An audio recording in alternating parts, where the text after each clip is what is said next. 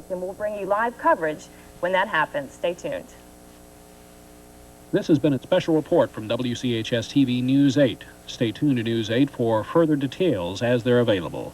We now return you to your regular program.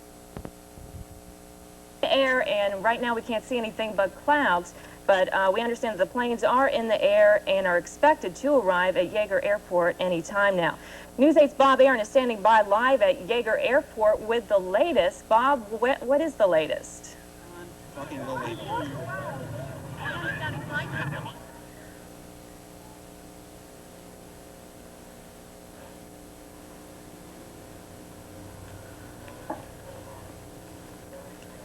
Okay, we're still looking at pictures. Well, apparently there's been some problems, and there's a slight delay in the arrival of the troops, and we were just looking at some pictures of the sky where we had just heard word that the planes had just passed overhead downtown Charleston and are expected to be landing at Yeager Airport any moment now. News 8's Bob Aaron is live at Yeager Airport, and we'll be joining him any moment now to find out exactly when the troops will be landing. They were expected about 1:30, but now it appears it's a little later. Okay, now we've got a very clear picture of the planes, and we'll be going to Bob at Yeager Airport, who's standing by. Here they come, Wendy. The 8 C-130s about to make an assault formation landing. The crowd had moved on us here for a second. That was why we were cut off, but very enthusiastic response as they're coming over the airport right now. The 130th Tactical Airlift Group is almost home. You can hear those big multi-engines roaring as they come over the top of the hangar where about 1,000 people are waiting for them here. It's an impressive sight. The planes had flown into New England yesterday and came in today. They formed up around Mason County and then flew down the Kanawha Valley, and now they're finally here at the airport where their families are waiting for them to come in. Bob, I understand that once the planes land, they're going to make all of them stay on the plane until they're all there together. Is that right? That's the game plan. For the families will stay here until the aircraft are stopped, and of course the props are stopped. Could be very dangerous. And then the men will come off the aircraft, and we should see several hundred people running out here to greet them once it's safe and secure. As you can see behind me now, there's a lot of people here anxiously waiting to see their families. I've got with me now Sergeant Danny Dean, Master Sergeant Danny Dean, who was with the 130th at their base in the United Arab Emirates and throughout many of their missions in Saudi Arabia, Iraq, and Kuwait. Can you tell us a little bit about what the 130th did in the Gulf? Well, Bob, basically we did everything we've trained for the last 15 or 20 years. We hauled the equipment, we hauled bullets, bombs, we hauled personnel, we hauled tanks, everything that we practiced for, and what we've done in the last 15, 20 years since we've had these airplanes, and we just put into action what we've been practicing. Some of the things that you did would be fairly familiar to some of the people here. You flew the 101st and the 82nd Airborne up to their main staging areas before they went in on the ground war. Again. That's correct. We went forward from our base in UAE the day after the air war began, and we started moving ground troops at that time up within 5 to 6 miles of the Iraqi border. I understand there were some medevac missions to move injured Iraqis and so on. Yes, there were, and I was on 2 medevac missions that moved some of our personnel who had gotten hurt in accidents or somewhat out of the areas and back so they could get to the United States. Is that a tense time for you folks? You're in essentially an unarmored aircraft, no real radar warning if somebody would lock on you, basically a transport, but you're up there in the war area where you know they have anti-aircraft weapons? That's true. And not only that, but you're geared in flak vests and chemical warfare gear while you're flying, which is unusual. We practice that a couple times a year, but it's when you do it for 8, 10, 12, 16 hours a day, it puts a lot of stress on you, and it becomes hard to do your job. But everybody did well. What was life like in the United Arab Emirates? I realize a lot of people probably here think that you all were based in Saudi Arabia, and in fact that was where many of your missions were. You would fly out of the UAE to pick up supplies, bombs, bullets, whatever, and fly them out to various Air Force or Army installations in the theater. But you actually were in the UAE. Can you tell us a little bit about that country and what the base was where you all stayed? Well, the UAE was a little more liberal in its thinking, but the temperature, of course, when we first got there, I was there in early September. It was 135 degrees in the daytime, and of course that took a lot of getting used to. And the people there were very, very receptive to us. We could get town passes, go to town, and some of them would thank us, ask us if we were part of the, of the units and everything, and they appreciated us being there. All right, thank you very much, Sergeantine. And it looks like they're coming over for one more pass, banking steeply here. C-130H, the latest model in the National Guard and in the Air Force inventory, which is one of the reasons why these aircrafts were sent overseas. They represented the best of the in-theater transports, and they wanted their good aircraft there. That's one of the reasons why they sent them. A lot of people don't realize it, but the combined National Guard Air Forces would make the 5th largest air force in the world. And in terms of transport, roughly 36% of the military airlift capacity comes from the Air Force Reserve and the National Guard. So they do play a very key role here. But that aspect of this is almost over for many of these families for a while. They really want to get together with their loved ones, and these planes are coming back around again, and hopefully they'll be landing here pretty soon so these family members can get together. As you can see here, we've got several hundred people here waving flags, cheering, very anxious to see these men on the ground. Some of these people have been gone as long as last August. Even before this unit was called to service, many of its members volunteered to go to the Gulf. Bob, it just must be an incredible relief for the loved ones to see them about to arrive because, of course, like we talked earlier, these guys and women did see a lot of frontline action. Is that correct? That's correct. Of course, they were primarily in a transport role, but as you could see from watching the Gulf action on your television set, CNN and on ABC and with us, that the front was pretty ill-defined there. Scud missile attacks and everything else. And, of course, these people were flying into Iraq, into Kuwait, and there's the first aircraft on the ground. I can't quite make it out. It's probably either the city of Charleston or the city of South Charleston. I can't quite read the writing on it. They're a little bit too far away from us here. Coming in at about 100 miles an hour, these planes, about 110 miles an hour as they land. And here comes another one. We've got about 25 to 30 people on each aircraft. They're all going to taxi over here, and then they should unload en masse. As you can see, they've got fire rescue equipment standing by, but they're not really expecting any problem. That's just a precaution. Bob, what was the reason for making all of the troops stay on the planes until they all arrived? Well, they're all landing at once. They don't want these family members to run out and get possibly caught in the props here. Had the weather have been bad and the planes had landed individually, of course, they would allow the people to get off. But we did get a break in what was a pretty stormy day here, and these C-130 aircraft were able to come out here and land en masse. We've got 3 of them on the ground right now that I could see, and we should see a couple more landing a little bit later on. Probably tonight on our 6 o'clock news, we'll be able to give you a little different vantage. There's a camera in the state police helicopter that's hovering over the runway now, and that should provide some interesting perspectives of what it looked like when these giant aircraft landed in. These are very, very powerful aircraft. They can haul about 43,000 pounds. They could even haul an M60 tank, which is one of the smaller tanks that we had over there. And they did do that in a lot of cases to move some of these units to the western part of Kuwait, where they swept around Iraq. Bob, how long do you think the troops will have to stay on the planes? Well, until all 8 aircraft taxi here and park, and then they'll shut the engines down and then they'll all come out. So we're probably about 10 minutes away from a very, very massive family reunion here involving 178 members of the West Virginia Air National Guard's 130th Tactical Airlift Group and their families who are gathered here at one of the main hangars at Yeager Airport, where the 130th is based.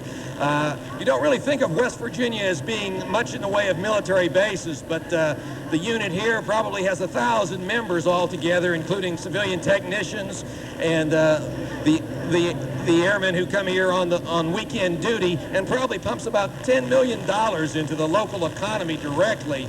So this is a very important part of the Charleston economy and a very emotional part of this area too. West Virginia has traditionally sent more than its share of servicemen into combat, and this conflict was no different.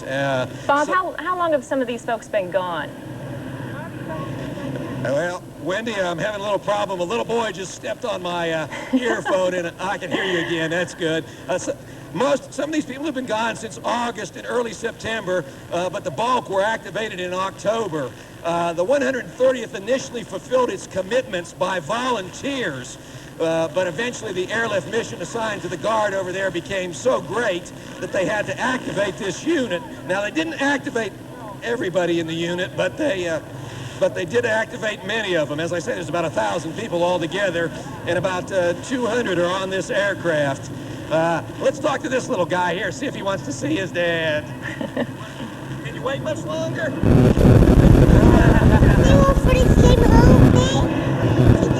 Dad on that plane?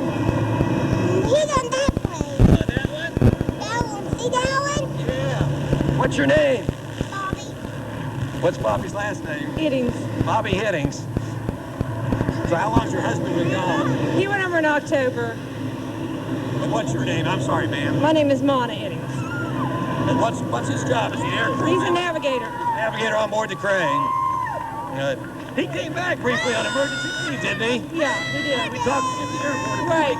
All right. As you can see, more and more of these big aircraft are landing on the ground, lining up here. Pretty soon they'll be discharging a very precious cargo to the people who are waiting here at the airport. It's kind of hard for me to do a good crowd estimate because I'm a little bit low here, but I'd say we probably have at least 1,000 people here. And we also have people who are not the immediate family located on the opposite side of us here. So a lot of people turned out to show Charleston's concern and appreciation for the servicemen from this area. Bob, are the families going to be able to just run out once the troops start coming out of the Right, planes? I think they'll meet right out here in front of us. They'll let the men get off the aircraft, and then the families will come out for a reunion with them. Air security police and other people here are keeping everybody back because very powerful engines on these planes. You wouldn't want to get caught in the prop or even in the prop wash of one of these things. The C-130H aircraft here, they can fly 100 or almost 2,000 nautical miles with their maximum payload of 40,000 pounds, almost 5,000 miles. Bob, are there any barriers? Travel about 300 miles an hour. Got a very, very powerful turboprop engines on them, and they're very, very noisy, as you can hear.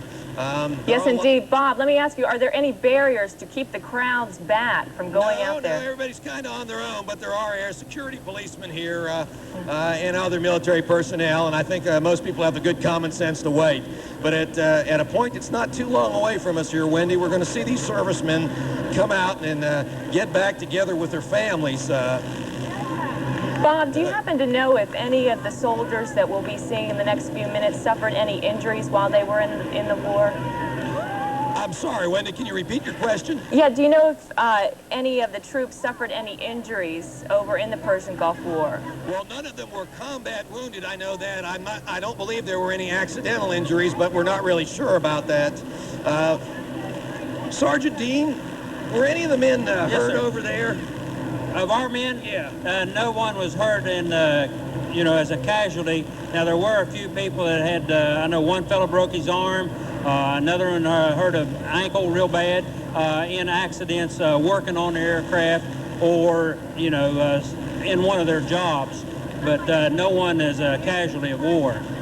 Did any people have trouble adjusting to the hot temperature? I know a lot of these men are my age and a little bit older. How old are you? Yeah, I'm 47, soon to be 48, and but they didn't have much trouble. Everybody, tries to stay a little bit physical fit. As y'all get older, it's harder to do. But we only had one or two that had heat problems, and they had the medics there, took care of them. I understand you had air-conditioned tents, but you had to turn down the air conditioning because people were getting colds because they were going in and out and the temperature differential was so great. Yeah, that's true. Each tent had their own air conditioner, but when you were like you're saying, 135-degree weather, and you come into 80-degree weather, it's people were catching colds and flus. They had to watch it. Yeah. Is it a long trip back from there? I mean, is it a grueling flight, several days? Well, I came back on emergency leave, and of course I came back on C-5s. With these aircraft, it took us 25 hours to get over. I would guess 30 to 32 hours coming back with the winds. So it's a long trip. And they're not the most comfortable things to ride in anyway. All right, thank you very much. As you can see, we've got the American flag flying there from the first aircraft, and I guess from all the aircraft in the line, a couple of displaying the West Virginia flag. These guard units, of course, technically, I guess, belong to the state of West Virginia, but they've been federalized for their service in the Gulf. Bob, are we looking at the last plane taxiing in now? Yes, I believe we got them all on the ground here. Let's check here. We had a total of 8. Yeah,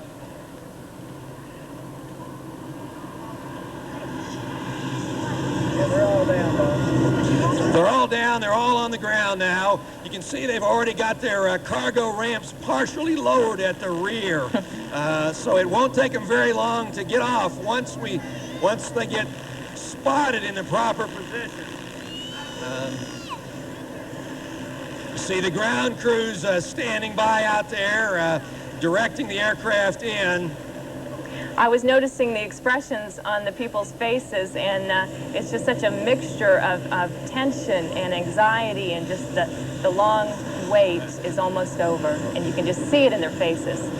That's right. They're just kind of, you see people are just ready to charge here, but they're holding off. It's been a long time for a lot of these families, and fortunately, communication was relatively good with the people who are over there. It was an expensive phone call, but people were able to telephone back from the United Airlines, which has a surprisingly sophisticated telephone system.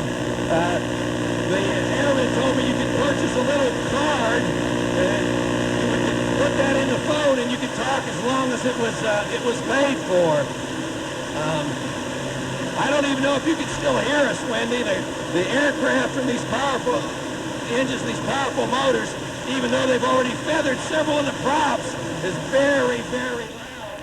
Yeah, we are breaking up just a little bit, Bob. We hope to stay with you as long as we can. I understand it's very loud there, and that we're having some technical problems. So I guess we'll be standing by, hoping to bring you the very latest of the troops getting off the planes and rushing toward their loved ones who've been waiting, some for like 7 months. So again, we're standing by, and are we going to go back to Bob? No, we're going to stand by. And I'm not really sure what we're going to do, but we hope to bring you the very latest of the 130th Tactical Airlift Group, just returning from the Gulf. All the planes have landed at Yeager Airport. We're bringing you some fuzzy pictures right now. We're having a few technical difficulties. Basically, we're looking at about 1,000 people, family and friends, who have been waiting for some as long as 7 months to see their loved ones. And we're going to go to a break right now, and we hope to bring you the latest right after this. Stay tuned. They have a camera up there so they can help record some of these activities here today. I understand the West Virginia Air National Guard is going to create a whole production out of this, a video production that all the people involved here will be able to see and cherish and remember this day for a long time to come.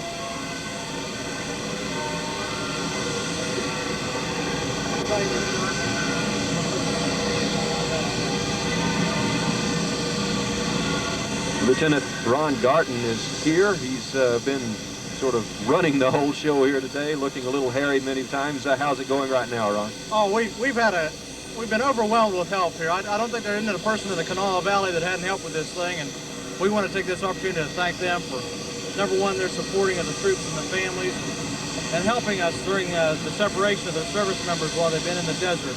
And that's been a big boost to the morale of the families here at home and of the troops over there serving in the units and whatnot. I understand one of the grade schools is here, the grade school that's helped out a lot. Exactly. The unit here on the hill has adopted one of the local schools, and they've Ron, done a I hate to fabulous cut you job. off, but I understand they've opened the gates. Let's watch that for a while. That's what we've been waiting for. Excellent.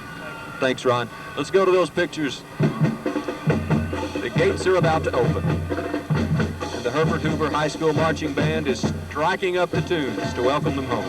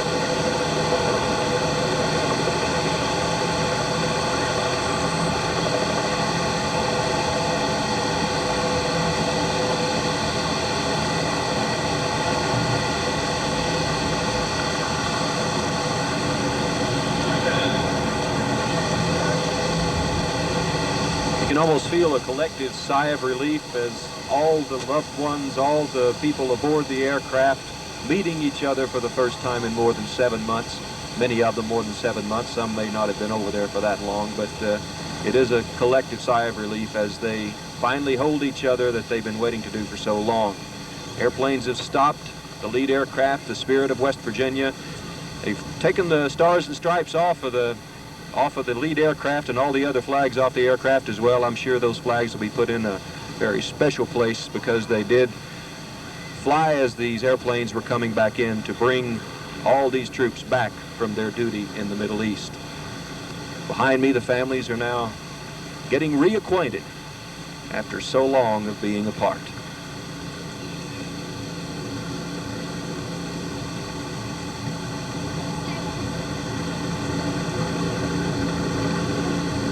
Today's homecoming completes a very emotional year for many families here in the Tri-State. Let's take a look back at some of the stories that surrounded Operation Desert Storm that have touched so many lives this year.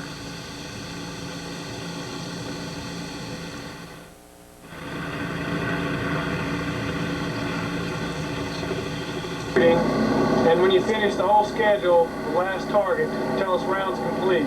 0 mil. These soldiers don't know when or even if they'll be going to Saudi Arabia, but there are some telltale signs. 2 weeks ago, these howitzers you see behind me were painted army green. Now they're painted desert camouflage. And that's an indication that in the next couple of weeks, these soldiers could be headed to the Persian Gulf. Nick, it's a very confrontational situation here down on 5th Avenue in front of the Federal Building. As you can see, some of the protesters are being arrested. There were about 24 people lined up along this street they're from the MAPS organization on Marshall University. Soon, all of them will be in Saudi Arabia, all 9 of them. And never will prayer be more important. Glory, glory, hallelujah. Oh, glory, glory, hallelujah. Oh, glory, glory, hallelujah.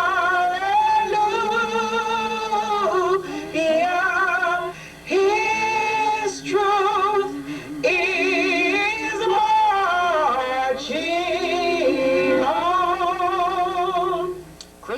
weighs in at 8 pounds, 2 ounces. And Roberta Eads hopes this little one will see his father soon. I just want to say that I hope he's careful and that we love him and we miss him and we hope he comes home soon.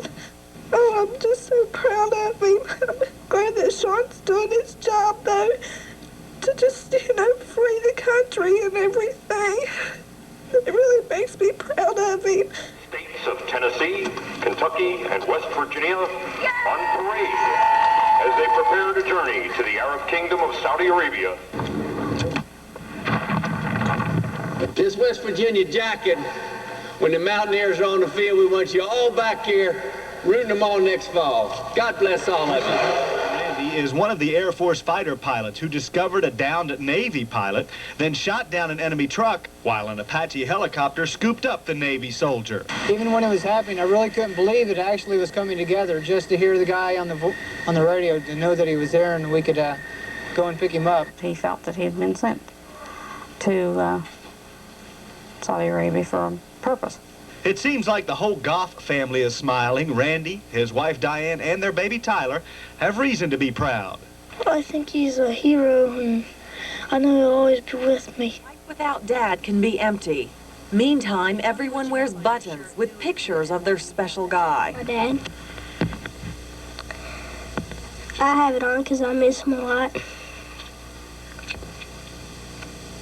What do you think about him being over there? I'm not that worried. The way I see it is the bad guys lose and the good guys win. You see of the coverage affecting you at home when you see these things happening as they happen? It's scary. I wish they wouldn't, you know, have it on there all the time. Because, you know, you sit there and you're watching it, and then they say ground war, you know, had guns go off, you know, firing back and forth. Right away, you're at that television on that couch, you know, and you're glued to it. And, you know, you're going on in your mind, you know, well, is it my son, you know? And me, I catch myself looking down the window in our driveway, waiting for the car to come up, you know, to tell me, you know, that my son, you know, you have to excuse me. Appropriate song here now.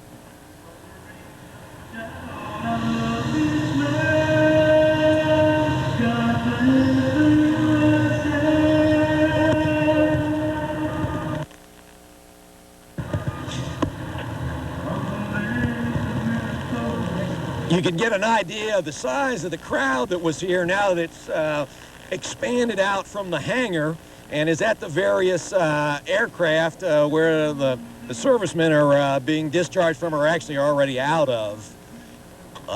Some of these guardsmen have been overseas since last August and the early part of September, and the bulk have been gone since October.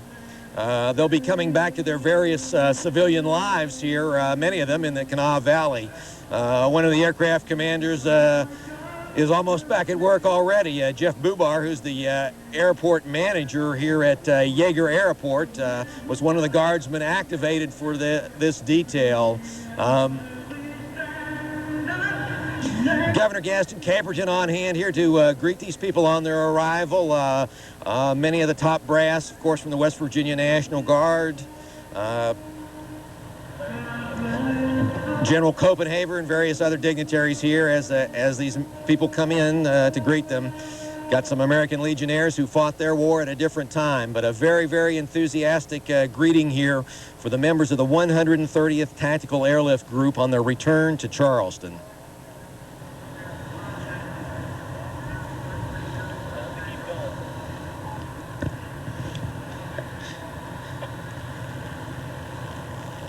We probably don't see a sight like this very often, all these aircraft coming in, and they've been...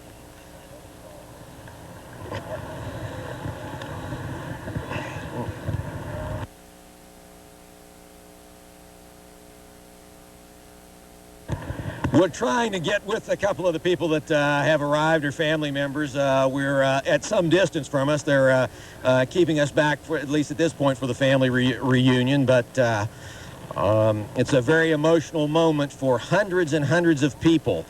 This war was a very, very dangerous situation for these guardsmen, even though they were in essentially a supply role, because they were flying right in the combat theater under adverse conditions in the desert. The Guard plays an integral part in our Air Force, carrying about 36% of the airlift capacity, and they needed these planes over in the theater. They primarily would haul air supplies from Saudi Arabia out to the various military bases. We're in a little difficult situation now, Wendy, in that we can't hear you, but you can hear us.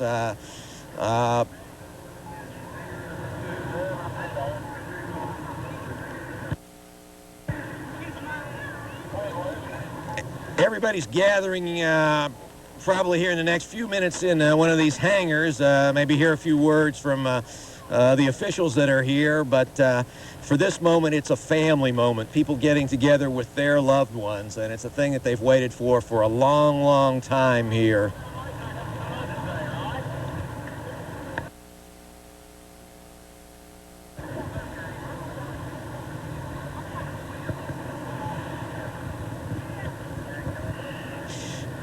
These aircraft are named after various locations here in West Virginia: the Spirit of West Virginia, Spirit of Charleston, Spirit of South Charleston, and they really do reflect that spirit. A very strong support in the state of West Virginia for the military personnel who were called up for active duty on Desert Storm. Thousands and thousands of people, and thousands of others who were in the active duty military. And finally, at least for these guardsmen, they're home. And apparently, most of the servicemen that are over there will probably not be involved in much further conflict. President Bush saying today that he wasn't going to let U.S. servicemen become involved in a civil war. But for now, for Charleston, for West Virginia, the Kanawha Valley, a very happy moment as these servicemen get back together with their families. And we're going to wrap it up here at the airport and go back to you now, Wendy. Okay, thanks a lot, Bob. A warm, beautiful homecoming it is, and we hope to join you again when you do talk to some of the guardsmen. We'll join the movie already in progress now. Stay tuned.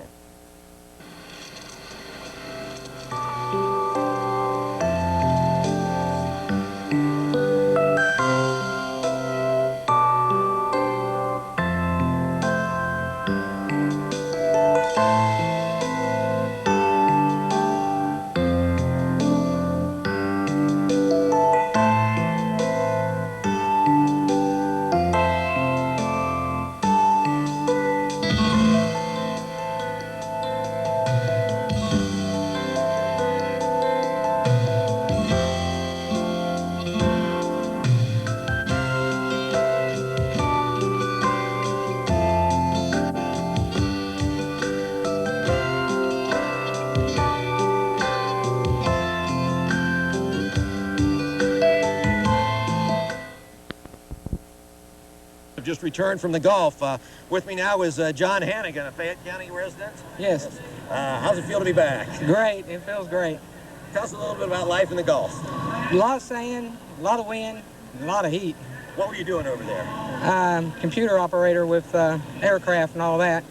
And we were supporting cargo handling, troops and all that going in and out of Saudi. What's your wife's name? I haven't had a chance to meet It's Ann. How are you feeling now? Great. It's nice. It's been almost 6 months since he's been over there. It has been. I guess he's been virtually for the duration. What have your feelings been like over the past 2 months? Have you been worried? A little bit, but I felt like they were pretty safe. And I just wanted him home. So you were based in the United Arab Emirates there at the central base, just a hair out of Scud missile range, which was good. Yes, that's true, but we still had to be ready, prepared for anything in case one came. I guess, and there was always the possibility of a terrorist attack on the base down there. Was security pretty intense? Yes, we were locked on the base for at least 2 months. Couldn't get off base or go anywhere. We were just stuck there on the base. How about the chemical threat? Were you all in those mop suits, as they call them, a lot of the time, or not? Not too much. We didn't have to get in them, not unless we had a Scud attack or something like that. That's the only time we'd have to worry. We practice in them, but that's about it. To be prepared. What are you going to be doing now that you're back? Taking some time off. Honeydew jobs. Were you on active duty with the Guard before you went over as a technician, or were you called up from your civilian job? No, I work here full time. I'm a full-time employee with the Guard. Okay, wrap them up. All right, well, thank you very much. I sure appreciate you taking the time to talk to us when you just got back with your family here, and best of luck to you here. Thank you very much. That about wraps it up here at the airport, Wendy. As you can see, a very happy reunion for this family from the Fayette County area, small town over there. Families are now headed over to the hangar to hear a brief remarks by Governor Guest and Caperton. And we'll have more for you on that coming up with the 6 o'clock news tonight. But from Yeager Airport, this is Bob Aaron reporting. Okay, thanks, Bob. I'm sure the families have a lot to talk about.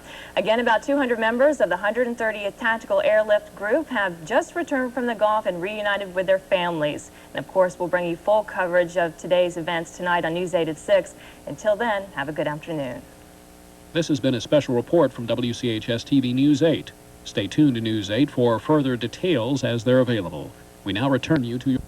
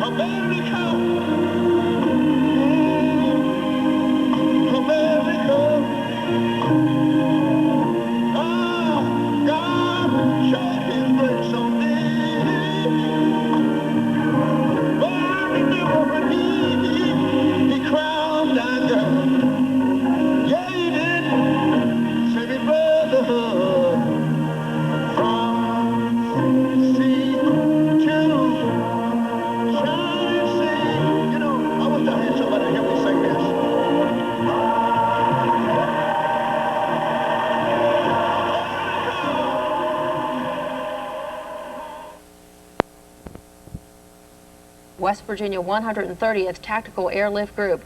Our Nick Miller was there for the homecoming, and this is how it looked. You could see the airplanes coming in. They look like they have their running lights on, ready to land here at Charleston Yeager Airport. The signs are up. People are standing on tiptoes, leaning forward with anticipation to come in and greet their loved ones. You can see all the airplanes now. Cookie, we love you. There's somebody waiting for somebody aboard there in the plane, pointing at the airplanes, ready to see them land and ready to take in their arms the loved ones that they've been waiting to hug for so long now. The Herbert Hoover High School Marching Band is here in their red, white, and blue uniforms, now striking up the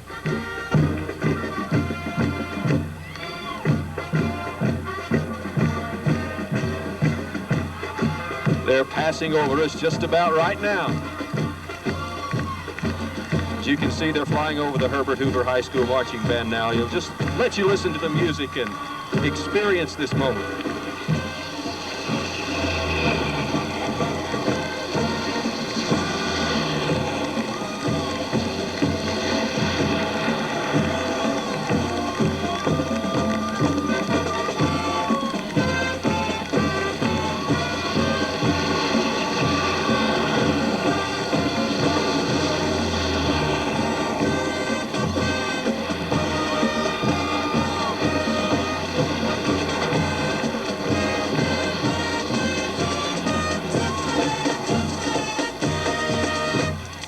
C-130 aircraft carrying about 180 members of the West Virginia National Guard are now getting ready to land. They're making their final approach to the Charleston Yeager Airport.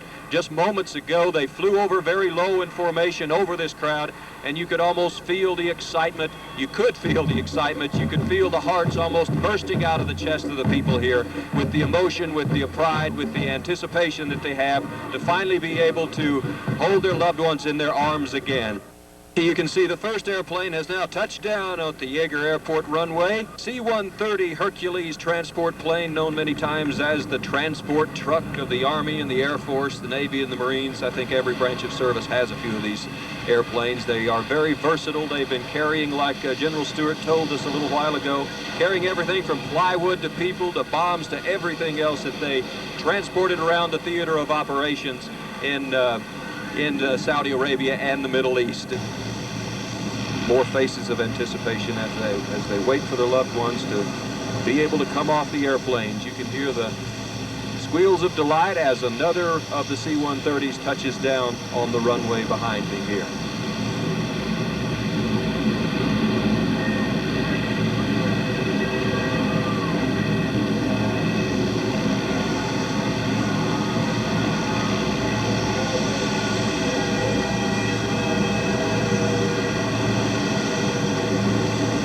First 7 of the airplanes on the ground now, waiting for the last one, the 8th, to land.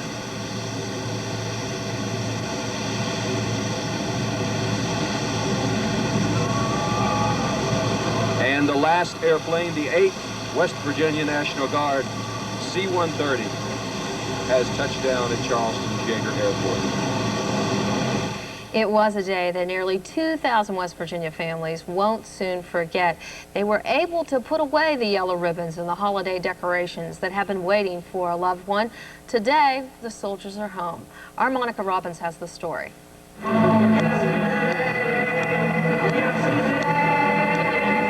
You could see it in their faces. The wait was nearly over, and a long-awaited reunion just minutes away as the 8 C-130s carrying 180 members of the 130th TAG unit passed overhead. A 7-month countdown, and then it was time.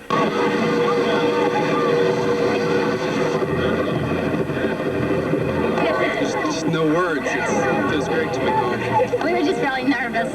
Just wanting them to land fast. So hurry up. What's the first thing you want to do when you get home? Probably get all the sand off of me and out of my clothes. Well, I haven't been able to eat all morning because I've just had butterflies in my stomach, and I still do. I can't believe he's home.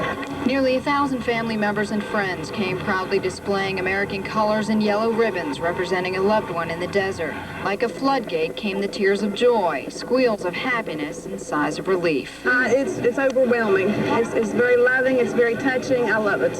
What's the first thing you're going to do when you get home? Take a bubble bath. For all, it was a well-deserved homecoming. For some, it was long overdue. Back then, you didn't have the crowd, you didn't have the music and all that.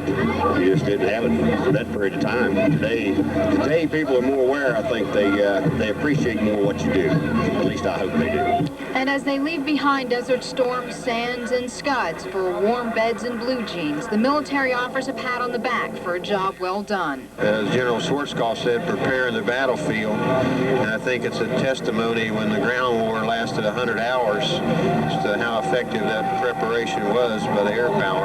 And after nearly 7 months, it all amounts to this: a lot of hugs and kisses, and finally the yellow ribbons can be put away. In Charleston, Monica Robbins, TV 13 Action News. This was the largest single group of West Virginia troops to return home at one time. And still ahead.